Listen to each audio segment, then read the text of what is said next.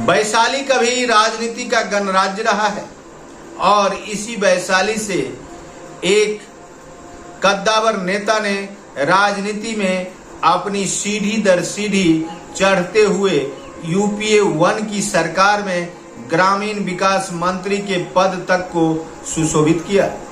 जी हां, हम चर्चा कर रहे हैं वैशाली से 4 बार सांसद रहने वाले रघुवंश प्रसाद सिंह की, जिन्होंने यूपीए के कार्यकाल में 2004 से 2009 के बीच ग्रामीण विकास मंत्री का पदभार ग्रहण किया और 100 दिनों की गारंटी वाली एक योजना, जिसे बाद में नरेगा से मनरेगा बोला जाने लगा, उसकी शुरुआत कर देश भर में मजदूरों के हित में उठाए गए सबसे कारगर कदम के लिए अपनी चर्चा राजनीति में स्वयं शुरू कर ली। तत्कालीन प्रधानमंत्री मनमोहन सिंह के कार्यकाल में एक कद्दावर मंत्री की भूमिका निभाने वाले रघुवंश प्रसाद सिंह की आज पुण्यतिथि है और पुण्यतिथि के अवसर पर हम आपको बताना चाहते हैं कि रघुवंश प्रसाद सिंह एक ऐसे कद्दावर नेता थे जो 1977 से लेकर अपने आजीवन राजनीति में चर्चा में रहे। ईमानदार छवि के रघुवंश प्रसाद सिंह को राष्ट्रीय जनता दल के नेता के रूप में लालू प्रसाद के संकट मोचक के रूप में भी जाना जाता रहा है। लालू प्रसाद के करीबी राजपूत नेताओं में रघुवंश प्रसाद सिंह का पहला स्थान रहा। रघुवंश प्रसाद सिंह ने हमेशा लालू की तारीफदारी की और शायद यही कारण था कि लालू प्रसाद यादव भी रघुवंश प्रसाद सिंह के साथ निभाने में कोई कोर कसर नहीं छोड़ी। 13 सितंबर 2020 को रघुवंश प्रसाद सिंह ने अपनी अंतिम श्वास ली और इससे पूर्व उन्होंने राजनीति में एक से बढ़कर एक प्रसिद्धि हासिल की। रघुवंश प्रसाद सिंह का जन्म 6 जून 1946 को हुआ था। वे शाहपुर में, वैशाली के शाहपुर में जन्म लेकर राजनीति में सीढ़ी दर सीढ़ी चढ़ते गए। राष्ट्रीय जनता दल के राष्ट्रीय उपाध्यक्ष के पद को सुशोभित करने वाले रघुवंश प्रसाद सिंह ने यूपीए 1 की सरकार में ग्रामीण मंत्री के पद को सुशोभित किया और यूपीए सरकार में मंत्री के रूप में इन्होंने कई उपलब्धियां भी हासिल की। रघुवंश प्रसाद सिंह का विवाह 16 जून 1966 में किरण सिंह के साथ हुआ और उनके 2 बेटे एवं 1 बेटी अभी भी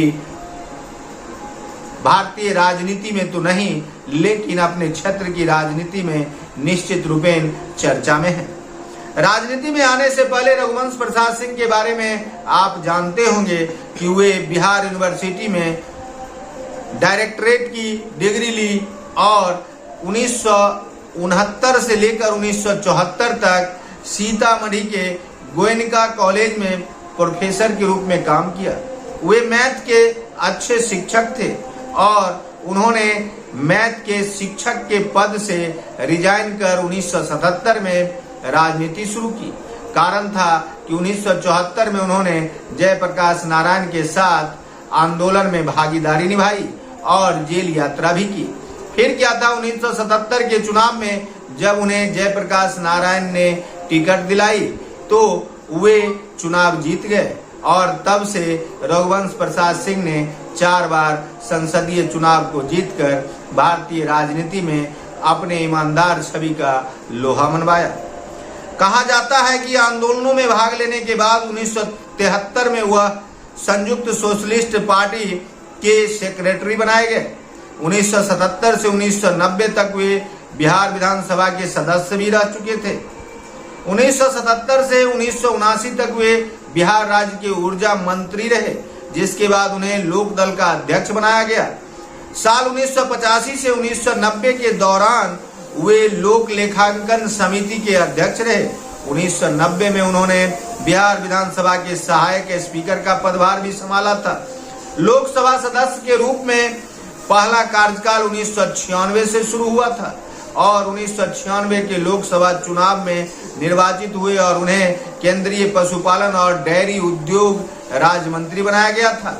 अपने राजनीतिक सफर के दौरान वे समाजवादी आंदोलन, शिक्षकों के आंदोलन, किसानों के आंदोलन और राष्ट्र निर्माण से संबंधित गतिविधियों में शामिल हुए।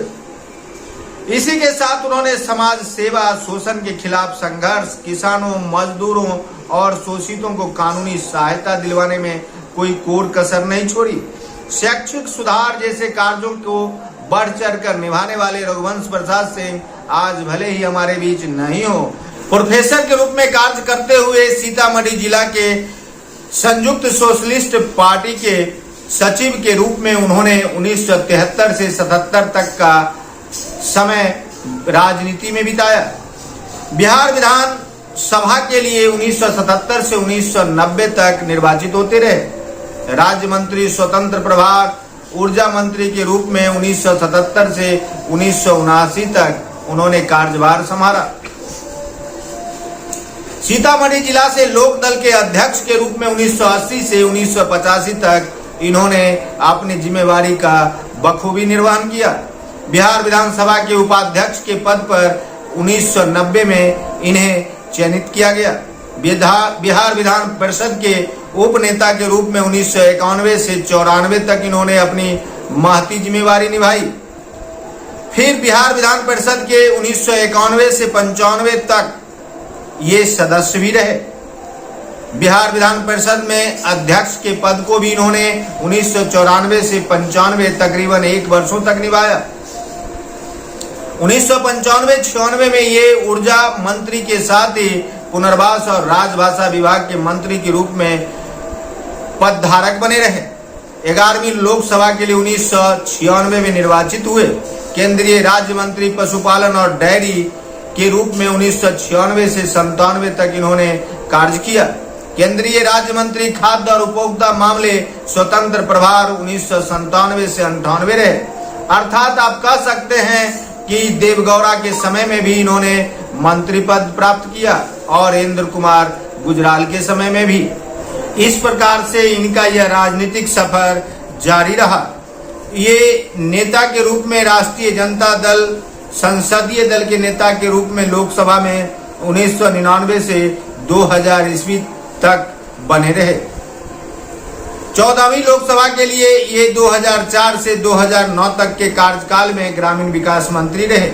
जल संरक्षण एवं प्रबंधन पर संसदीय मंच के उपाध्यक्ष भी इन्हें बनाया गया।